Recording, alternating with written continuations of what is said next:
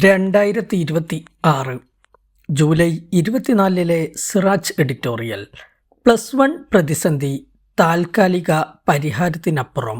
കേരളത്തിലെ വിദ്യാഭ്യാസ മേഖലയിലെ വർഷങ്ങളായുള്ള ചർച്ചാ വിഷയമാണ് മലബാറിലെ +1 സീറ്റ് ക്ഷാമം.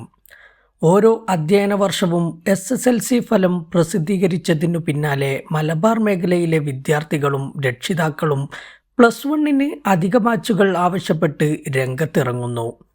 അധിക സീറ്റുകളോ താൽക്കാലിക അധിക ബാച്ചുകളോ അനുവദിച്ചാണ് സർക്കാർ പ്രശ്നം പരിഹരിക്കുന്നത്. ഇത്തവണ പ്രശ്നപരിഹാരത്തിന് കാസർഗോഡ്, വയനാട്, കോഴിക്കോട്, മലപ്പുറം ജില്ലകളിൽ 120 അധിക ബാച്ചുകൾ അനുവദിച്ച് ഉത്തരവ് ഇറക്കിയിരിക്കുകയാണ് സർക്കാർ. ഇതുപ്രകാരം ഈ ജില്ലകളിൽ 7200 വിദ്യാർത്ഥികൾക്ക് കൂടുതലായി അഡ്മിഷൻ ലഭിക്കും. അധിക സാമ്പത്തിക ബാധ്യതയില്ലാത്ത ക്രമീകരണമാണ് സർക്കാർ ഇതിലൂടെ ലക്ഷ്യമിടുന്നത്. സീറ്റ് കിട്ടാതെ നെട്ടോട്ടം നടത്തുന്ന മലബാറിലെ വിദ്യാർത്ഥികൾക്ക് ആശ്വാസകരമാണ് ഈ നടപടിയെങ്കിലും പ്രശ്നത്തിന് ശാശ്വത പരിഹാരമാണോ? 120 അധിക ബാച്ചുകൾ ഈ വർഷത്തെ സമ്മർദ്ദം കുറയ്ക്കാൻ സഹായിച്ചേക്കാം. എന്നാൽ അടുത്ത വർഷവും സീറ്റിനു വേണ്ടിയുള്ള മുറവിളിയും പ്രതിഷേധവും ആവർത്തിക്കും. ഓരോ വർഷവും സീറ്റിനു വേണ്ടി മുറവിളി ഉയരുമ്പോൾ താൽക്കാലിക അധിക ബാച്ചുകൾ അനുവദിക്കുന്നത് രോഗലക്ഷണത്തിന് മരുന്ന് നൽകുന്നതിന് തുല്യമാണ്. രോഗത്തിന്റെ മൂലകാരണം കണ്ടെത്തി ചികിത്സിച്ചെങ്കിൽ മാത്രമേ ശാശ്വത പരിഹാരമാകുകയുള്ളൂ. മലബാറിലെ ജില്ലകളിൽ സ്കൂൾ വിദ്യാഭ്യാസം പൂർത്തിയാക്കുന്നവരുടെ എണ്ണം ഗണ്യമായി വർദ്ധിച്ചിട്ടുണ്ടെങ്കിലും അതിന് ആനുപാതികമായി ഹയർ സെക്കൻഡറി സീറ്റുകൾ വർദ്ധിച്ചിട്ടില്ല.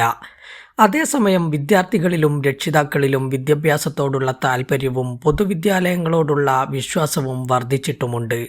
ഇത് മനസ്സിലാക്കി നടപടി സ്വീകരിക്കാത്തിടത്തോളം പ്രശ്നം അതേപടി അവശേഷിക്കും. താൽക്കാലിക ബാച്ചുകൾ അനുവദിക്കുന്നത് അടിയന്തര ബാധ്യതയിൽ നിന്നുള്ള സർക്കാരിൻ്റെ തലയൂരൽ മാത്രമാണ്.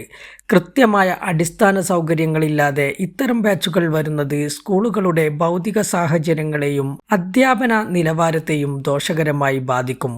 ആവശ്യത്തിന് ക്ലാസ് മുറികളോ വേണ്ടത്ര ലാബ്, ലൈബ്രറി സൗകര്യങ്ങളോ ഇല്ലാതെ വിദ്യാർത്ഥികൾക്ക് പ്രവേശനം നൽകുമ്പോൾ ഗുണനിലവാരമുള്ള വിദ്യാഭ്യാസം നഷ്ടമാകും. അധ്യയന വർഷം തുടങ്ങി മാസങ്ങൾ പിന്നിട്ട ശേഷം ക്ലാസുകൾ ആരംഭിക്കുന്നതും താൽക്കാലിക അധ്യാപകരെ വെച്ച് അധ്യയനം നടത്തുന്നതും കുട്ടികളുടെ പഠനത്തെ ബാധിക്കുന്നു.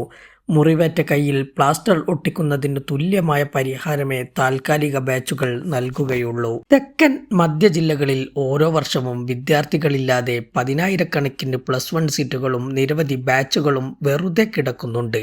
അതേസമയം മലബാറിലെ കുട്ടികൾ സീറ്റില്ലാതെ വലയുകയും ചെയ്യുന്നു.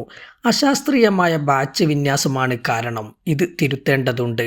കുട്ടികൾ കുറവുള്ള സ്കൂളുകളിലെ ബാച്ചുകൾ കൃത്യമായി കണക്കാക്കി വിദ്യാർത്ഥികളുടെ എണ്ണം കൂടുതലുള്ള മലബാറിലെ സർക്കാർ എയ്ഡഡ് സ്കൂളുകളിലേക്ക് അവ മാറ്റി സ്ഥാപിക്കാവുന്നതാണ്. അതേസമയം ബാച്ച് പുനഃക്രമീകരണം കൊണ്ട് മാത്രം പരിഹരിക്കപ്പെടാവുന്നതല്ല മലബാറിലെ സീറ്റ് പ്രശ്നം. നിലവിലുള്ള ഹൈസ്കൂളുകൾ ഹയർ സെക്കൻഡറികളായി ഉയർത്തുകയും ഭൗതിക സാഹചര്യമുള്ള പ്രദേശങ്ങളിൽ പുതിയ ഹയർ സെക്കൻഡറി സ്കൂളുകൾ ആരംഭിക്കുകയും വേണം. വർഷങ്ങളായി താൽക്കാലിക ബാച്ചുകൾ പ്രവർത്തിക്കുന്ന സ്കൂളുകളിലെ ബാച്ചുകൾ സ്ഥിരമാക്കി ഉത്തരവിറക്കുകയും ചെയ്യേണ്ടതുണ്ട്. ഹയർ സെക്കൻഡറി പ്രവേശന വിഷയത്തിൽ ഒരു സ്വതന്ത്ര വിദ്യാഭ്യാസ ആസൂത്രണ കമ്മീഷൻ രൂപവൽക്കരണവും പരിഗണിക്കാവുന്നതാണ്. ഓരോ വർഷവും SSLC വിദ്യാർത്ഥികളുടെ എണ്ണവും +1 പ്രവേശന സാധ്യതാ കണക്കുകളും കണ്ടെത്തി അടുത്ത വർഷത്തെ സീറ്റ് ആവശ്യകത സംബന്ധിച്ച് സർക്കാരിന് ശുപാർശ ചെയ്യാൻ കഴിയുന്ന വിദഗ്ധ സമിതിയെയാണ് ആവശ്യം. രാഷ്ട്രീയ സമ്മർദ്ദങ്ങൾക്കനുസരിച്ച് ബാച്ചുകൾ അനുവദിക്കുന്നതിനു പകരം ഡാറ്റയെ അടിസ്ഥാനമാക്കിയുള്ള തീരുമാനങ്ങളാണ് ഉണ്ടാകേണ്ടത്. വികസനത്തിലെ അസന്തുലിതാവസ്ഥയുടെയും വിദ്യാഭ്യാസ ആസൂത്രണത്തിലെ വീഴ്ചയുടെയും പ്രതിഫലനം കൂടിയാണ് മലബാറിലെ +1 സീറ്റ് ക്ഷാമം. ബാച്ചുകൾ അനുവദിക്കുന്നതിലും വിദ്യാഭ്യാസ കാര്യത്തിലെ വികസനത്തിലും ജില്ലകൾക്കിടയിൽ വളരെ അന്തരമുണ്ട്. സമതുലിതമായിരിക്കണം എല്ലാ ജില്ലകളിലെയും വിദ്യാഭ്യാസ രംഗത്തെ വികസനം. ഈ അസന്തുലിതാവസ്ഥ പരിഹരിക്കുന്നതിന് മലബാറിലെ ജനസംഖ്യാ വളർച്ചയും സാമൂഹിക യാഥാർത്ഥ്യങ്ങളും പരിഗണിച്ച് പ്രത്യേക വിദ്യാഭ്യാസ വികസന പാക്കേജ് പ്രഖ്യാപിക്കാവുന്നതാണ്.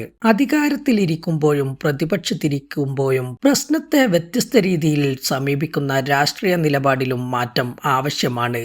പ്രതിപക്ഷത്തിരിക്കുമ്പോൾ സ്ഥിരം ബാച്ചുകൾ ആവശ്യപ്പെടുകയും ഭരണത്തിലെത്തുമ്പോൾ താൽക്കാലിക ബാച്ചുകൾ മാത്രം അനുവദിക്കുകയും ചെയ്യുന്ന സമീപനം വിദ്യാർത്ഥികളോടുള്ള നീതി നിഷേധമാണ്. പൊതുവിദ്യാഭ്യാസത്തെ വോട്ട് ബാങ്കിനും താൽക്കാലിക രാഷ്ട്രീയ നേട്ടങ്ങൾക്കും ഉപകരണമാക്കുന്ന രീതി അവസാനിപ്പിക്കണം. പ്രതിപക്ഷമന്യേ എല്ലാ കക്ഷികളും വിഷയത്തെ ഭാവി തലമുറയെ ബാധിക്കുന്ന അടിയന്തര പ്രാധാന്യമുള്ള പൊതുവിഷയമായി കാണേണ്ടതുണ്ട്. എങ്കിലേ ഇത് ഭരണമാറ്റങ്ങളെ ബാധിക്കാത്ത ശാശ്വത പരിഹാരത്തിലേക്ക് എത്തുകയുള്ളൂ.